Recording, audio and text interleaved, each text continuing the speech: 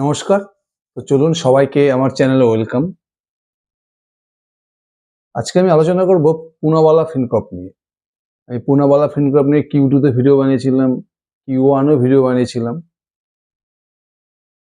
Poonawalla Fincorp হচ্ছে basically একটা NBFC, মানে ডাইভার্সিফাইড এনবিএফসি বলতে পারেন।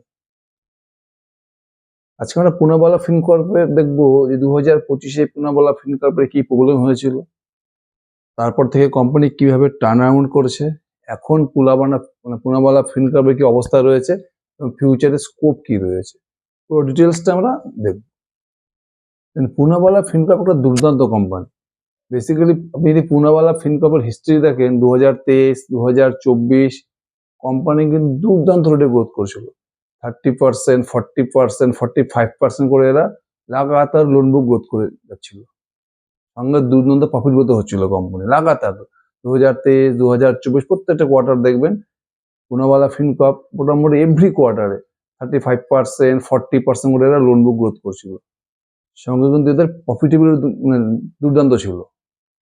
কোম্পানি বেসিক্যালি কি ছিল, কোম্পানি ওই সময় ছিল বেসিক্যালি আপনি বলতে পারেন একজন আনসিকিউরড লেন্ডার ছিল আর কি। এদের যে লোন বুকটা ছিল কিন্তু বেশিরভাগটা ছিল আনসিকিউরড লেন্ডিং ছিল, মানে এমএসএমই লেন্ডিং বলতে পারেন বা পার্সোনাল লোন, এই দুটোতে মেন ক্রাইটেরিয়া ছিল এদের। মানে মোটামুটি আনসিকিউরড এনবিএফসি ছিল এবং এদের লোন বুকের গ্রোথ দুর্দান্ত ছিল। 30%, 40% করে এরা লোন বুক গ্রোথ করেছিল। 2025 এসে কি করলো, ওখানে কিন্তু কোম্পানি কি করলো, ধীরে ধীরে কোম্পানি পার্সোনাল লোন বুকটাকে বাড়াচ্ছিল। 2023, 2024 থেকে শুরু হয়েছে কোম্পানির পার্সোনাল লোন বুকে কোম্পানি খুব অ্যাগ্রেসিভ গ্রোথ করছিল। এই অ্যাগ্রেসিভ গ্রোথ করতে করতে মানে যাকে তাকে এরা পার্সোনাল লোন দিয়ে দিচ্ছিল, যার ফলে কিছু লোন বুকের গ্রোথ দুর্দান্ত হচ্ছিল। 2025 কোম্পানির কি দেখা গেল, অ্যাসেট কোয়ালিটিতে সমস্যা চলে আসছে। মানে কোম্পানির প্রচুর লোনের কিস্তি ডিউ পড়ে গেল, লোনের কিস্তি ঠিক করে এরা কালেকশন করতে পারছিল না, যার ফলে কি হলো, কালেকশন এফিসিয়েন্সি কমে গেল, গ্রস এনপিএ, নেট এনপিএ বেড়ে গেল, ক্রেডিট কস্ট কোম্পানি বেড়ে গেল, যার ফলে কি হয়ে গেল, মোটামুটি FY25 2024 সেপ্টেম্বর অক্টোবর যে রেজাল্টটা আসলে দেখবেন, তখন কি হলো, পুনাওয়ালা ফিনকর্প মানে একটা দুর্দান্ত প্রফিট মেকিং কোম্পানি থেকে পুরো লস মেকিং কোম্পানি হয়ে গেল। মানে কোম্পানির অ্যাসেট কোয়ালিটিতে এত প্রবলেম হয়ে গেল যে আলটিমেটলি কোম্পানি কি করতে লাগলো, প্রচুর টাকা লস দেখাতে লাগলো, মানে কোম্পানিকে লস দিতে লাগলো। মানে পুরো যে কোম্পানির পার্সোনাল লোন বুক ছিল, সেই পার্সোনাল লোন বুকটা কিন্তু কোম্পানিকে একটা প্রফিট মেকিং কোম্পানি থেকে লস মেকিং কোম্পানি বানিয়ে দেবে। তার মানে এটা পুরোপুরি একটা মানে মিস ম্যানেজমেন্ট বলতে পারে, ম্যানেজমেন্টের ব্যর্থতা বলতে পারে। যত বড় একটা প্রফিট মেকিং কোম্পানি যাকে মোটামুটি বাজাজ ফিনান্সের সঙ্গে তুলনা করা হচ্ছিল, সেই কোম্পানিটা দেখুন একটা লস মেকিং কোম্পানি হয়ে গেল। তার কারণটা কি, কোম্পানির পার্সোনাল লোন বুক, যাকে তাকে পাচ্ছিল ম্যানেজমেন্ট পার্সোনাল লোন দিচ্ছিল। এই পার্সোনাল লোনই কিন্তু কোম্পানিকে লস মেকিং কোম্পানি বানিয়ে দিল। মানে অ্যাসেট কোয়ালিটি খারাপ হয়ে গেল, ক্রেডিট কস্ট বেড়ে গেল, প্রচুর কিস্তি ডিউ পড়ে গেল, কোম্পানি টাকা তুলতে পারলো না, যার ফলে কি হলো, কোম্পানিকে প্রচুর লস নিতে লাগলো। এবারে হলো একদম মানে কোম্পানির খুব অবস্থা খারাপ হয়ে গেল। তারপরে কোম্পানি কি করলো দেখুন, FY25 এর মোটামুটি Q4 এর পর থেকে কোম্পানি কি করলো, পুরো ম্যানেজমেন্ট পাল্টে দিল। এই যে ম্যানেজমেন্ট টিম ছিল, পুরো ম্যানেজমেন্ট চেঞ্জ করে দিল। HDFC ব্যাংকের থেকে একজন মিস্টার কপিল সামথিং, ওনাকে নিয়ে আসলে HDFC ব্যাংক থেকে নিয়ে এসে ওনাকে সিইও করে দিল। তারপরে কি হলো, কোম্পানি পুরো বিজনেস মোড বা পুরো বিজনেস মডেলটাকে কিন্তু কোম্পানি ধীরে ধীরে চেঞ্জ করা শুরু করলো। কোম্পানির কোন দুটো লোনের প্রবলেম ছিল, একটা এমএসএমই লোন, সব থেকে বড় প্রবলেম ছিল পার্সোনাল লোন বুক। কোম্পানি কি করলো, ধীরে ধীরে এই পার্সোনাল লোন বুকটাকে একদম কমিয়ে দিল এবং কোম্পানি কি করলো, সিকিউরড লেন্ডিং ধীরে ধীরে, এটা অ্যাকচুয়ালি বেসিক্যালি ছিল আনসিকিউরড লেন্ডার। Q4 FY25 এর পর থেকে কোম্পানি চলে আসলো সিকিউরড লেন্ডিং এর দিকে। এখন যদি আপনি কোম্পানিকে দেখেন, এদের মোটামুটি 60% লোন বুক কিন্তু সিকিউরড। আগে যেটা পুরোটা ছিল আনসিকিউরড লেন্ডিং, এখন মোটামুটি 60% সিকিউরড লোন বুক, মানে gold loan, commercial vehicle loans, loan against property, সমস্ত এই ধরনের লোন। এদের এখন এমএসএমই লোনও আছে, পার্সোনাল লোন বুক আছে, কিন্তু পার্সোনাল লোন বুকটা হচ্ছে মেন প্রবলেম পুনাওয়ালা ফিনকর্প। এটা এখন ধীরে ধীরে ধীরে ধীরে ধীরে একদম কমিয়ে নিয়ে এসছে। বরঞ্চ এখন কোম্পানির ফোকাস কোন দিকে, সিকিউরড লেন্ডিং এর দিকে, গোল্ড লোনের দিকে, loan against property, commercial vehicle, বুঝা গেল? তাহলে কোম্পানি পুরো ফোকাস চেঞ্জ হয়ে গেছে, পুরো ম্যানেজমেন্টকে চেঞ্জ করে দিয়েছে। এবং এটা করার পরে যদি আপনি দেখেন Q1 থেকে FY26 যদি আপনি Q1 থেকে রেজাল্ট দেখেন, Q1 এ মোটামুটি 50% এর বেশি লোন বুক গ্রোথ করেছে উইথ প্রফিটেবিলিটি। Q2 তো সেম, 68% লোন বুক গ্রোথ করেছে প্লাস প্যাট পজিটিভ। যদি আপনি Q3 তে দেখেন, Q3 তে কোম্পানির লোন বুক গ্রোথ করেছে 77%। Q3 তে কোম্পানির লোন বুক গ্রোথ করেছে 77%। যদি আপনি প্রফিট গ্রোথ দেখেন, গত বছর Q3 FY25 কোম্পানির প্রফিট ছিল 19 crore। এই বছর Q3 FY26 a company profit করছে 150 150 crore, মানে প্রায় 8x গ্রোথ প্রফিট। মানে কোম্পানি Q4 FY25 এর পর থেকে কোম্পানি টার্ন আউট করছিল, এখন কিন্তু কোম্পানিকে বলা যায় যে পারফেক্ট টার্ন আউট, মানে কোম্পানিগুলো ধীরে ধীরে আবার নিজের সেরা জায়গায় চলে আসছে। তাহলে বুঝতে পারছি পরপর 3টে কোয়ার্টার Q1 Q2 Q3 এই 3টে কোয়ার্টারে কোম্পানি Q1 এ 50%, Q2 তে 68%, Q3 তে 77% লোন বুক গ্রোথ করেছে।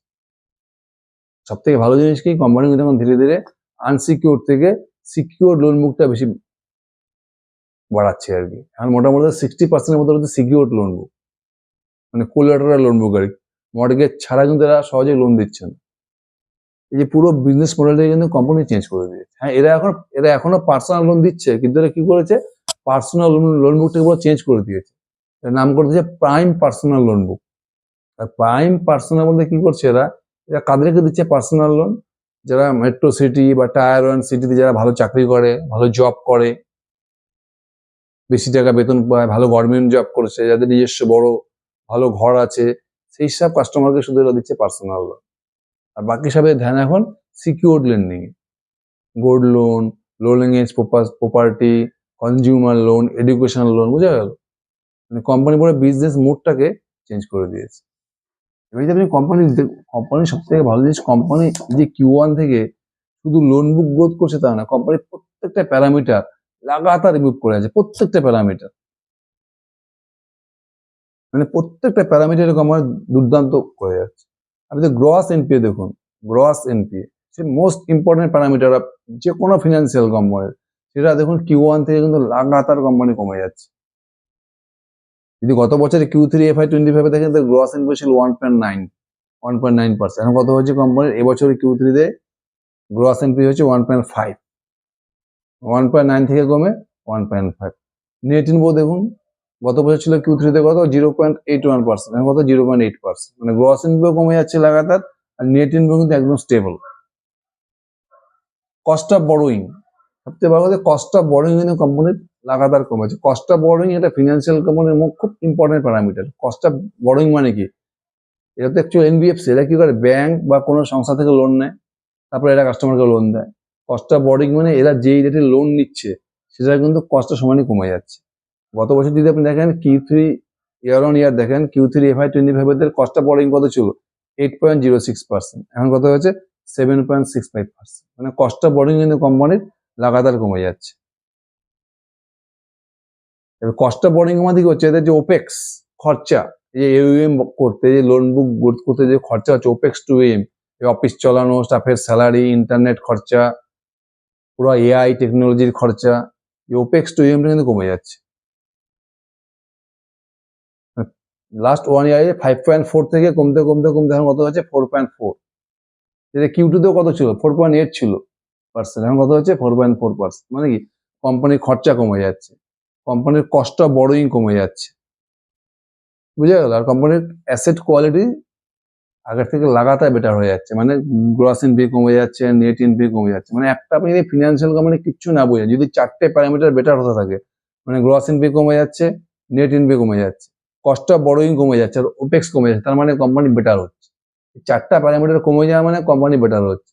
Gross NPA, net NPA, opex to AUM, আর হচ্ছে কস্ট অফ বড়োইং। আর সাথে হচ্ছে একটা এনবিএফসি সব থেকে ইম্পর্টেন্ট হচ্ছে ROA, মানে রিটার্ন অফ অ্যাসেট। যেটা আপনি দেখেন, তাহলে সেটা যদি দেখেন, এটা কিন্তু কোম্পানি লাগাতার মুভ করে যাচ্ছে।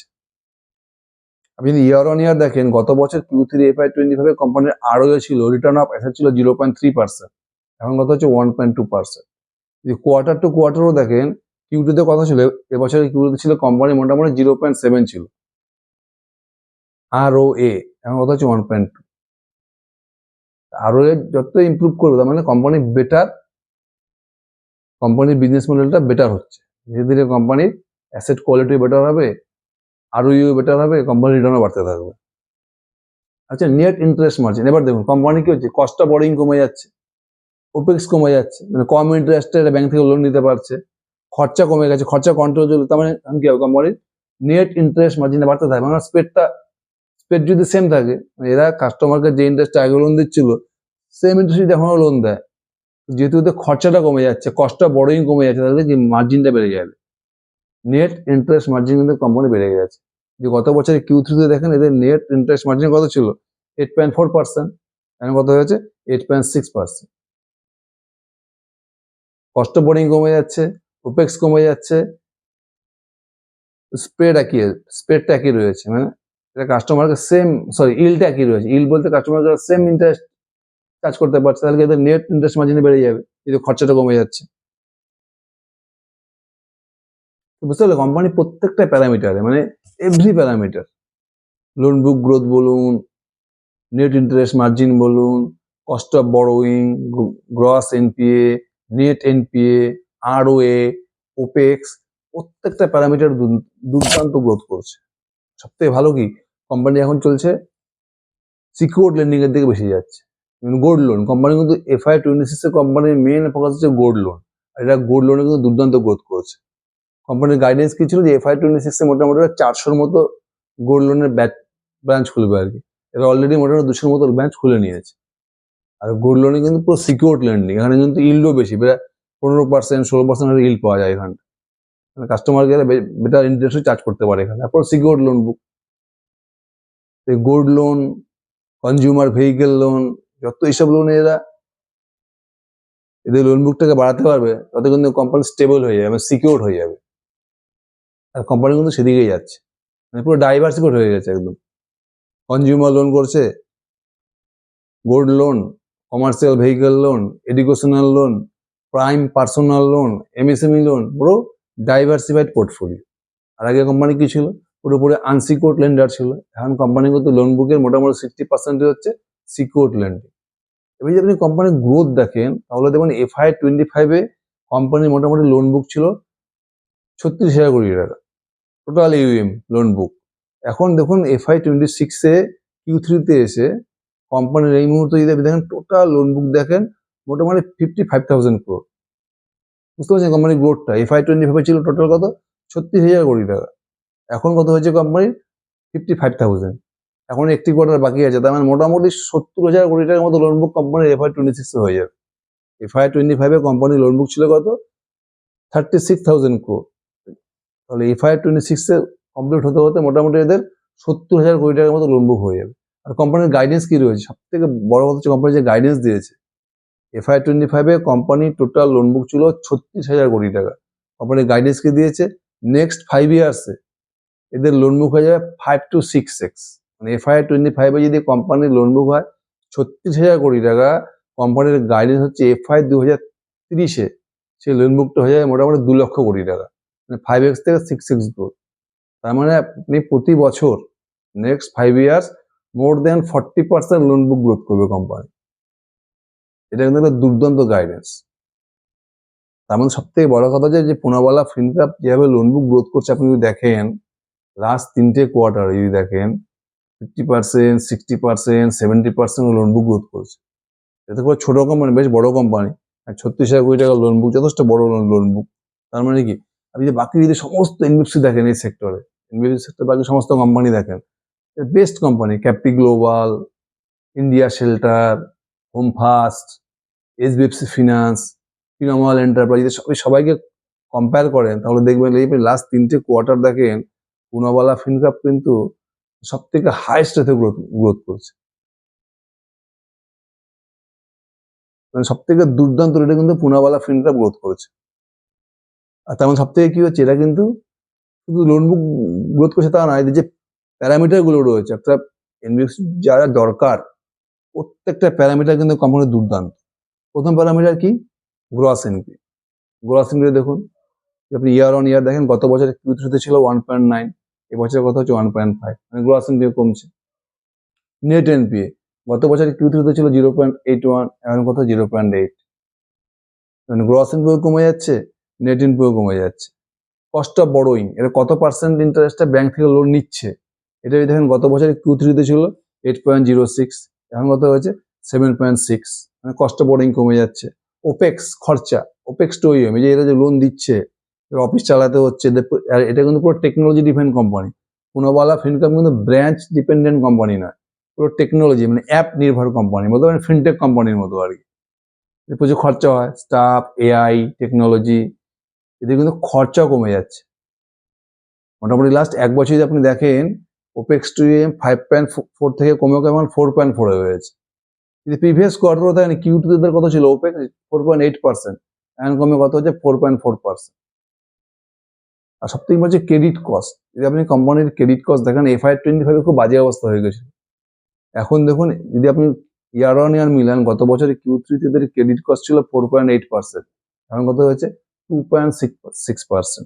তার মানে একটা কোম্পানির যে সমস্ত প্যারামিটার যত কমবে যত বেটার হবে, সমস্ত প্যারামিটার কোম্পানি বেটার। মানে যদি আপনি দেখেন গ্রস এনপিএ কমে যাচ্ছে, নেট এনপিএ কমে যাচ্ছে, কস্ট অফ বড়োইং কমে যাচ্ছে, ক্রেডিট কস্ট কমে যাচ্ছে, প্লাস ওপেক্স কমে যাচ্ছে। আর যেসব জিনিস বাড়া দরকার কোম্পানির, লোন বুক গ্রোথ 50%, 60%, 70% গ্রোথ করে যাচ্ছে। তারপরে কি বাড়া উচিত, নেট ইন্টারেস্ট মার্জিন, এটা কিন্তু কোম্পানির খুব ইম্পর্টেন্ট। মানে কাস্টমার থেকে কিরকম ইন্টারেস্ট চার্জ করতে পারছে। তারপর নেট ইন্টারেস্ট মার্জিন দেখেন, যদি আপনি লাস্ট 1 ইয়ারও দেখেন, এখানে কিন্তু মোটামুটি 7.69 কি 7.6 ছিল, সেখান থেকে 8. কত হয়েছে 6। মানে প্রায় দুর্দান্ত নেট ইন্টারেস্ট মার্জিনের গ্রোথ। প্রিভিয়াস কোয়ার্টার সঙ্গে মিলান, প্রিভিয়াস কোয়ার্টারে কত ছিল নেট ইন্টারেস্ট মার্জিন 8.4%, এখন কত আছে প্রায় 8.6%। মানে নেট ইন্টারেস্ট মার্জিন কিন্তু কোম্পানির সমানে বেড়ে যাচ্ছে। ROA গত বছর কত ছিল Q3 তে 0.3, এখন কত হচ্ছে 1.2। মানে যে সমস্ত প্যারামিটার বাড়লে ভালো, সমস্ত প্যারামিটারে কিন্তু কোম্পানির দুর্দান্ত হারে বাড়ছে। ROA বলুন, নেট ইন্টারেস্ট মার্জিন বলুন, বুঝা গেল কোম্পানি প্রত্যেকটা প্যারামিটার, লোন বুক গ্রোথ বলুন, প্রত্যেকটা প্যারামিটারে দুর্দান্ত গ্রোথ করছে। তাহলে এখন আমরা ইনভেস্টার কি করতে পারি? মানে এটা তো সত্যি কথা যে পুনাওয়ালা ফিনকর্প কিন্তু 2025-এ সবাইকে শক দিয়ে দিয়েছিল। একটা এত বড় একটা দুর্দান্ত প্রফিট মেকিং কোম্পানি FY25-এ এসে পুরো লস মেকিং কোম্পানি হয়ে গেল।